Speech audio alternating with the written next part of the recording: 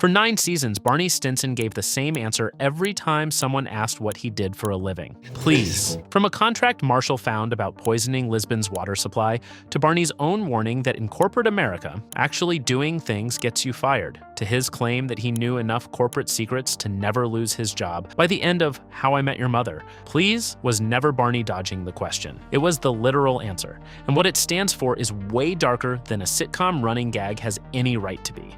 In this video, I'm breaking down exactly how Barney's job actually worked, and how a breakup from 1998 turned into one of the longest corporate revenge plots in TV history. But before any of the corporate stuff makes sense, you need to understand who Barney was before he became Barney. Because the version of him that showed up to work in a suit every day, flashing a company badge and signing documents nobody else would touch, that person was built from scratch. And the blueprint came from the worst night of his life.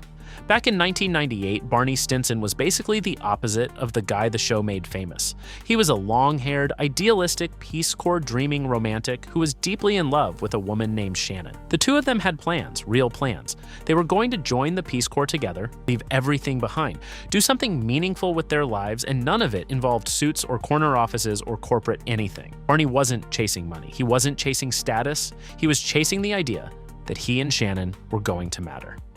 Then Shannon told Barney she couldn't go. She gave him a reason, and Barney believed it, because why wouldn't he? He was trusting and genuine and thought the world worked the way it was supposed to. And then he walked in on Shannon, kissing a guy named Greg Fisher. Greg was everything Barney wasn't at the time. Suited up, confident, corporate, and Shannon chose him. That one moment cracked Barney's entire identity wide open. He didn't just get sad about it. He didn't just move on. He rebuilt himself from the ground up, and the new version of Barney Stinson was modeled, at least in part, on the man who took everything from him. The suits, the corporate confidence, the womanizing bravado, the persona that became one of the most iconic characters in sitcom history, all of it traces back to a guy named Greg and a girl named Shannon, and one really bad night. The show reveals this in Game Night, and it recontextualizes everything about Barney. He's not a guy who was born loving suits. He's a guy who chose to become someone else because the person he actually was got destroyed. Now here's why that matters so much to the job question, and why everything I just told you is completely useless without what comes next. Because most people hear the Barney backstory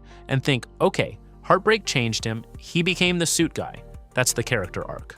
But that reading misses the most important part. Barney didn't just adopt a new look and personality to survive the pain. He studied Greg. He absorbed the version of masculinity that Shannon chose over him, and then he weaponized it. Years later, Barney went to Greg Fisher directly, asked him for a job, and got one. Greg didn't even recognize him. The long-haired hippie who used to date his ex was now clean-cut and suited up, and Greg had absolutely no idea he was looking at the same person. The guy who stole his girlfriend, destroyed his worldview, and unknowingly reshaped his entire identity had no clue who he was hiring. And that's exactly what Barney was counting on. But the job Greg gave him wasn't some generous opportunity or a real corporate role. It was a setup, and it had a very specific acronym attached to it that the show spent 9 seasons hiding right in front of the audience's face. Every time someone asked Barney what he did for a living and he said, please, the audience treated it like a joke. A recurring gag where Barney waves off the question with a smirk and nobody presses further. Marshall asks in Life Among the Gorillas. Lily asks in World's Greatest Couple. Even at Lily's kindergarten, someone asks Barney, and he gives the same answer. It becomes one of those show-long mysteries that fans just accept as a bit. But in Season 9, Episode 15, Unpause, the show finally reveals that please was never a deflection. It was an acronym. PLEASIE stands for Provide Legal Exculpation and Sign Everything. That was Barney's actual job title. And it means exactly what it sounds like. Barney worked first at a company called Ultracell and later at Goliath National Bank after Ultracell acquired GNB in a takeover that took 2 months and cost 2,000 jobs. His role at both places was the same. He showed up every day and signed a bunch of legally dangerous documents, the kind that could implicate him instead of the people who actually authorized whatever was in them. He was the designated fall guy. The entire purpose of his position was to put a name on the paperwork that wasn't the name of anyone who actually mattered. If anything went wrong, regulators and lawyers would follow the signature trail and find Barney at the end of it. Not the executives, not the decision makers, not the people who profited. Barney. That was the job. Show up, sign, absorb blame, go home. That's why please worked as a running gag for so long, when your job title is literally designed to make you the person who takes the fall for a multinational corporation's worst decisions. You're not going to explain that over beers at McLaren's. You're going to change the subject, and the easiest way to change the subject is a one-word non-answer that sounds like Barney being Barney, which is exactly how the group always took it. But knowing the acronym is only half of it, because whether the writers planned the full Peleaceae reveal from the beginning or folded the explanation in later, earlier episodes are loaded with lines and scenes that line up perfectly with the answer. And once you know what to look for, those clues are impossible to unsee, which means the really interesting question isn't what Barney's job was, it's how the show kept telling you the answer for years and you still didn't catch it. In season 3, in The Goat, Marshall finds a contract sitting in Barney's office that involves poisoning Lisbon's water supply. At the time, it plays as an absurd throwaway, the kind of weird detail the show drops to keep Barney's job vaguely menacing and comedic at the same time. But once you know Barney's entire function was signing off on documents the company needed a scapegoat for, that contract isn't a joke anymore. It's evidence.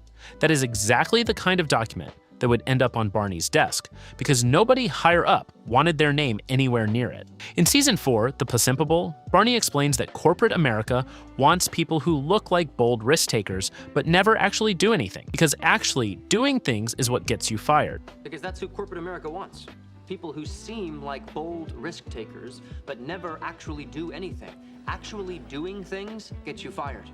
At the time, it sounds like classic Barney cynicism, the kind of exaggerated corporate commentary you laugh at and move on from. But on rewatch, it reads like Barney accidentally describing his own job. If your role is designed so that you don't make decisions, you don't produce deliverables, and you don't manage outcomes, then yeah, doing actual things would be a problem. Your job is to sign and stay visible enough to take the fall if something goes sideways. Productivity isn't just unnecessary. It's a liability because it means you're stepping outside the one function you exist to perform. Then there's Mosbius Designs, where Marshall is worried about job security at GNB, and Barney casually says he could never be fired because he knows too many secrets. Are you worried? Are you kidding? The things I know about this company, I won't ever be fired. On rewatch, that line reads less like a throwaway joke and more like direct setup for the season 9 reveal. He meant it. When you're the guy signing off on contracts that involve things like war with Portugal, North Korea trade, and whatever else Altrucell was doing behind the Tennis Ball Fuzz cover story, you know where the bodies are buried. And you can't be let go, because letting you go means letting everything you know walk out the door. Speaking of Altrucell, the company itself adds a whole other layer to this. On the surface, Altrucell is publicly known for manufacturing the fuzz on tennis balls. That's their brand. Harmless, mundane, forgettable. But Future Ted implies the company also runs logging operations, oil drilling, weapons manufacturing, tobacco farming, and missile construction. The gap between we make tennis ball fuzz and we might be building missiles is basically the distance between what Altrucell shows the public and what Barney was signing every day. And GNB isn't much better. The name Goliath and the bank's inverted pentagram logo are practically screaming that this is not a good guy institution. This is the corporate ecosystem that needed a designated human signature on all its worst paperwork. And in Perfect Week, a failed merger gets blamed on Barney, and there's a whole storyline about whether a management meeting will decide to fire him. On rewatch, that episode looks like the Peleaceae system brushing up against Barney's everyday life. A merger goes bad, the company needs someone to absorb the fallout, and the person whose entire function is to provide legal exculpation and sign everything is the one sitting in the hot seat. The show was putting the answer in front of you. It just wrapped it in enough sitcom packaging that nobody took it seriously. But here's where the whole story flips, and where everything I've explained so far becomes a completely different story. Because if this was all there was to it, Barney would just be a guy who got tricked by his ex-girlfriend's new boyfriend into becoming a corporate punching bag. He'd be a victim who walked into a trap and never walked out. And the show makes very clear that Barney Stinson is the furthest thing from a victim in this story. In Unpause, Barney reveals that he had been colluding with the feds. As part of his long-term plan to destroy Greg, Barney had been secretly feeding information to federal authorities. The documents and secrets he had access to through the Peleaceae role became evidence against the people who put him in that chair. Think about what that means for a second. The whole design of the role is that the person in it has to touch the sensitive stuff. That's the point. The company needs Barney's name on legally dangerous paperwork so that when regulators come knocking, the trail leads to him and not to the people who actually made the calls. But that same design gave Barney a front row seat to how the company actually operated. The job that was supposed to make him the fall guy became his way of building a case against the people who thought they were using him, because the company kept handing him exactly the kind of material that federal investigators would want to see. Throughout the series, Barney has access that nobody can fully explain. He has keys to rooms that don't match his title, he heads search committees, he influences hiring decisions, and he carries vague corporate authority that confuses even the people who work with him every day. The show never spells out exactly why the PLESC guy would need all of that, but it makes sense when you think about it. If your function is to sign off on the company's most sensitive decisions, you can't exactly be kept in the mailroom. The role seems to explain why Barney was always close to the power and the dirt, even though nobody treated him like an executive. And all of that access, all of those secrets, Barney was quietly passing along to the authorities. Greg assumed his fall guy would stay quiet about what he saw. That assumption was the biggest mistake Greg Fisher ever made, and it worked. Greg Fisher was arrested, the relevant division was shut down, and Barney walked away. The revenge angle is what makes this entire thing land as a story, and not just a plot twist. Because without the Greg connection, Barney's job is weird but not meaningful. It's a guy who got a bad corporate gig and happened to flip it. But Barney didn't stumble into any of this by accident. He went looking for Greg, got the job from Greg, accepted the scapegoat position from Greg, and then spent years quietly and methodically turning it into a weapon against Greg. The man who stole Shannon, who triggered the complete destruction and rebuilding of Barney's identity, who didn't even remember Barney's face when he handed him the job, ended up taken down by the exact person he thought he had buried under a pile of corporate liability. Barney tells Greg directly that he's been colluding with the feds, and while Barney acknowledges there were plenty of moral reasons to expose what the company was doing, the personal revenge against Greg is the engine that drove the whole thing from day one. And the wildest part of all of this might be that nobody in Barney's life had any clue this was happening. Ted Mosby worked directly with GNB as the architect behind its new headquarters building, a project that Barney got him by pushing Ted over a Swedish architecture firm called Sven. Ted spent years inside the corporate orbit of Goliath National Bank. He attended GNB events, sat in GNB conference rooms, took his architecture class on a field trip to the GNB construction site, and eventually completed the building in what became one of the biggest professional achievements of his career. All of that happened because Barney pulled strings from inside the company. And through all of it, across years of friendship and corporate overlap, Ted never once learned what Barney actually did at the place where Ted built his most important building. Marshall was even closer to it, which makes his blindness almost harder to believe. He worked in GNB's legal department. He found suspicious contracts in Barney's office. He watched Barney navigate corporate politics with an immunity that made zero sense for someone at his supposed level. He saw Arthur Hobbs, the screaming boss, cycle through power dynamics with employees, and yet Barney always seemed untouchable. Marshall even went through his own moral crisis over corporate work.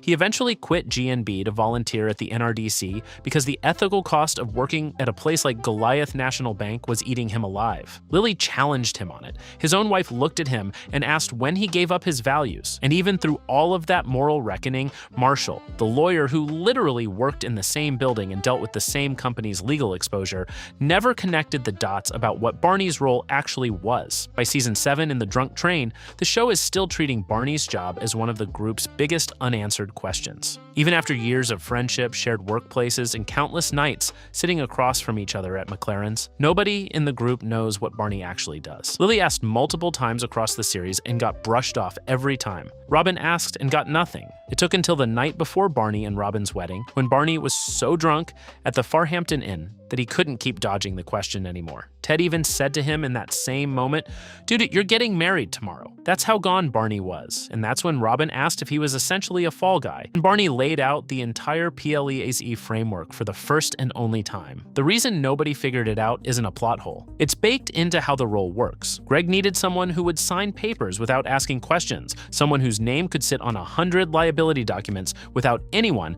in the corporate food chain caring enough to investigate. The weird thing about Barney is that he's the opposite of low profile. He's loud, wealthy, socially dominant, and clearly connected inside GNB. But that actually helped. Nobody suspects the guy who seems like he's having the time of his life at work. If Barney had acted nervous or asked too many questions, someone might have looked closer. Instead, he played the part of a guy who didn't care what he signed because the paycheck was good enough. And that performance was so convincing that even the people sitting next to him every night at McLaren's never thought to push harder than please. And then you zoom out and realize the show did the exact same thing to the audience. For 9 seasons, the writers kept Barney's job hidden by making it a punchline. Every time please came up, it got a laugh, and the laugh was enough to make you stop thinking about it. You didn't push for the answer because the gag was satisfying on its own. The comedy was the misdirection.